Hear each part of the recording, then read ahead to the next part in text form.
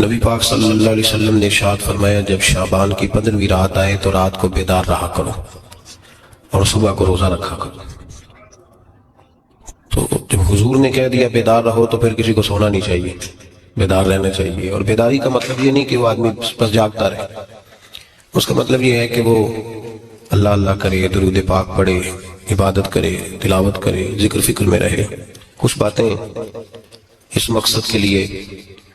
کہ اس رات اللہ پاک نے اپنی رحمت کے دروازے کھولے ہیں، تو کچھ ایسی بات کی جائے جس سے دل نرم ہو جائے۔ دوستو، قرآن مجید کی 2 آیات میں نے پڑھی ہیں۔ اللہ کریم نے فرمایا یا ایھا الذین آمنوا اتقوا اللہ حق تقاتہ، اے ایمان والو اللہ سے ڈرو اور اتنا ڈرو جتنا ڈرنے کا حق ہے۔ ڈرو اللہ پاک سے، اور جس طرح تم کسی سے ڈرتے ہو، ڈرنے کا حق ہوتا ہے، وہ حق ادا کرنے کی کوشش کرو۔ ہم میں سے بہت سارے لوگ ڈرتے ہیں کچھ لوگوں سے، اور جب وہ ڈر رہے ہوتے ہیں تو انہیں احساس ہوتا ہے۔ اللہ پاک نے ہمارا وہ احساس خود بیان کر دیا ہے۔ فرمایا جب تم کسی سے ڈرتے ہو تو تمہیں اس کا احساس ہوتا ہے کہ تم کتنا ڈرتے ہو، تو پھر تم کوشش کرتے ہو کہ تم وہ کام نہ کرو جس سے وہ بگڑ جائے گا، ناراض ہو جائے گا۔ جو لوگ قانون سے ڈرتے ہیں وہ اشارہ نہیں توڑتے، کچھ بھی ہو جائے اشارہ نہیں توڑتے۔ انہیں پتہ ہے کہ یہاں اشارہ توڑیں گے تو لگ جائیں گے، اور جہاں انہیں فکر نہ ہو کہ کوئی پوچھنے والا نہیں، وہاں ہم نے دیکھا ہے کہ لوگ اشارہ توڑ دیتے۔ اللہ تبارک و تعالیٰ نے موقع دیا، میں حرمین شریفین حاضر ہوا تو وہاں ایک روڈ دائری روڈ کہلاتا ہے۔ اس روڈ سے پیدل چلنے والے نہیں گزر سکتے۔ وہ کہتے ہیں جی اس روڈ سے پیدل والا نہ گزرے، ان کے لیے علیحدہ جگہ ہے۔ قانون یہ ہے کہ اگر کوئی پیدل آدمی وہاں سے گزرے اور اس کا ایکسیڈنٹ ہو جائے تو وہ حکومت یہ کہتی ہے کہ یہ کیوں یہاں سے گزرا تھا، لہذا کوئی مقدمہ نہیں ہو سکتا۔ وہاں ہم نے دیکھا ہے کہ لوگ سڑک پہ پیر بھی نہیں رکھتے، کہتے ہیں مر گئے تو بنے گا کچھ نہیں۔ یہاں بھی بہت سارے ایسے معاملات ہوتے ہیں کہ جہاں انسان محسوس کرتا ہے کہ یہ بڑا میرے لیے نقصان ہو جائے گا تو وہ ڈرتا ہے۔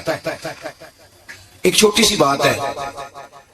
کہ رات کو کوئی آدمی اپنا دروازہ کھلا رکھ کے نہیں سوتا، حالانکہ کوئی عرض نہیں، کبھی کھلا رہ بھی جاتا ہے، اور اگر کبھی رہ جائے تو جس کی ذمہ داری بند کرنے کی ہو اس کے ساتھ پھر جو رویہ ہوتا ہے گھر والوں کا، یہ خوف ہے ہمارا اندر کا، تو بڑی شدت کے ساتھ ہم اس شخص کو سخت سست کہتے ہیں، ڈانٹتے ہیں، کہتے ہیں تو نے خیال ہی نہیں کیا، جمع پونجی لٹ جاتی تو یہ خوف ہے، یہ ہمارا اندر کا یہ خوف ہے۔ آپ بازار میں جائیں تو درجنوں لوگوں نے گن مین بٹھائے ہوئے ہیں، ان کا دل نہیں کرتا کہ اضافی تنخواہ دی جائے، کیا مطلب ہے ایک آدمی کو اضافی پیسے دینے کا، لیکن وہاں آدمی بٹھایا جاتا ہے، اس کو تنخواہ دی جاتی ہے، اس کی روٹی کا بندوبست کیا جاتا ہے، اس کے سارے ضروریات زندگی کا خیال رکھا جاتا ہے، اور پس منظر یہ ہوتا ہے کہ ڈر لگتا ہے اگر یہ شخص نہ ہوا تو ہماری چوری ہو جائے گی۔ تو اللہ فرماتے ہیں کہ تو جہاں سے ڈرتا ہے تجھے پتا ہے، تو اس طرح کر کہ مجھ سے بھی اتنا ڈر جتنا ڈرنے کا حق ہے۔ یہ جھوٹ موٹ کا ڈراوا نہ پیدا کر کے اوہ اللہ معاف کرے جی، اچھا جناب بڑا ڈرتے ہیں آپ اللہ تعالیٰ سے، آپ نے تو کانوں کو ہاتھ لگائے، تو پھر آپ کیا کر رہے ہیں؟ اللہ معاف کرے جی میں تو بات نہیں کرتا، بس 2-4 آدمیوں کی پگڑی اچھالوں گا، اس سے زیادہ نہیں۔ ڈر لگتا ہے جی بات کرتے ہو، 15-20 آدمی بس میرے قابو آئیں، یہ کس قسم کا ڈر ہے؟ ڈرنے کا حکم دیا، اور میرے رسول کریم سید عالم صلی اللہ تعالیٰ علیہ وآلہ وسلم نے ارشاد فرمایا کہ تو رب کریم سے دنیا میں ڈر جا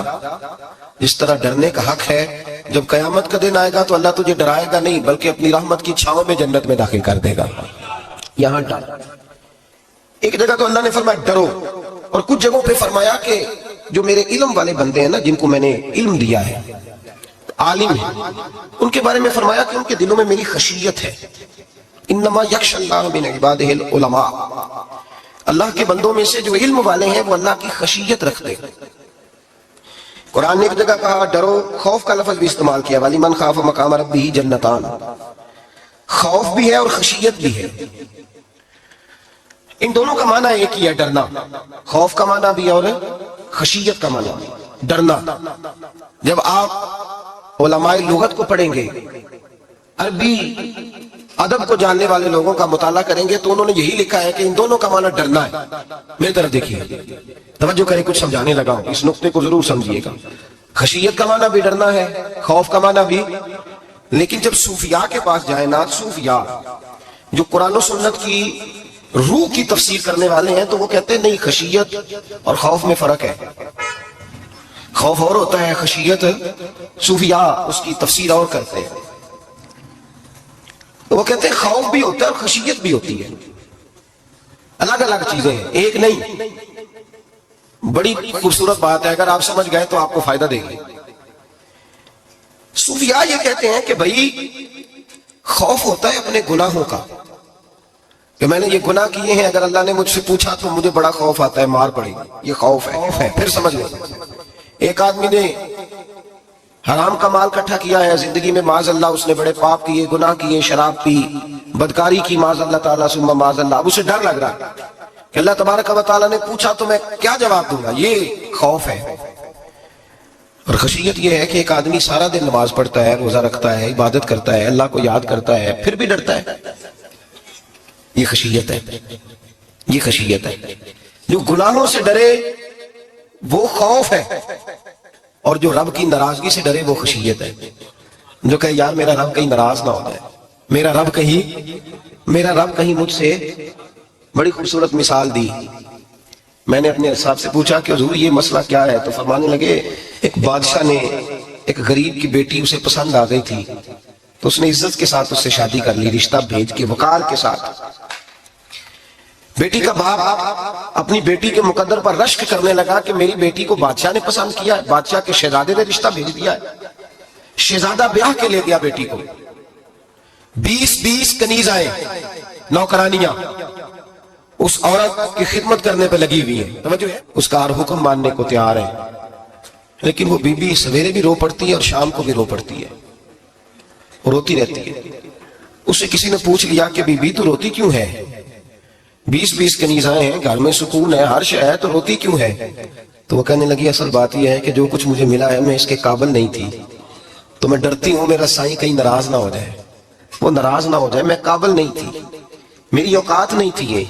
من آنم کے من دانم، میں جو ہوں اس کا مجھے پتا تو ہے، اس نے میری حیثیت سے، میری اوقات سے، میرے ظرف سے، میری محنت سے بڑا بڑھ کے مجھے عطا کر دیا،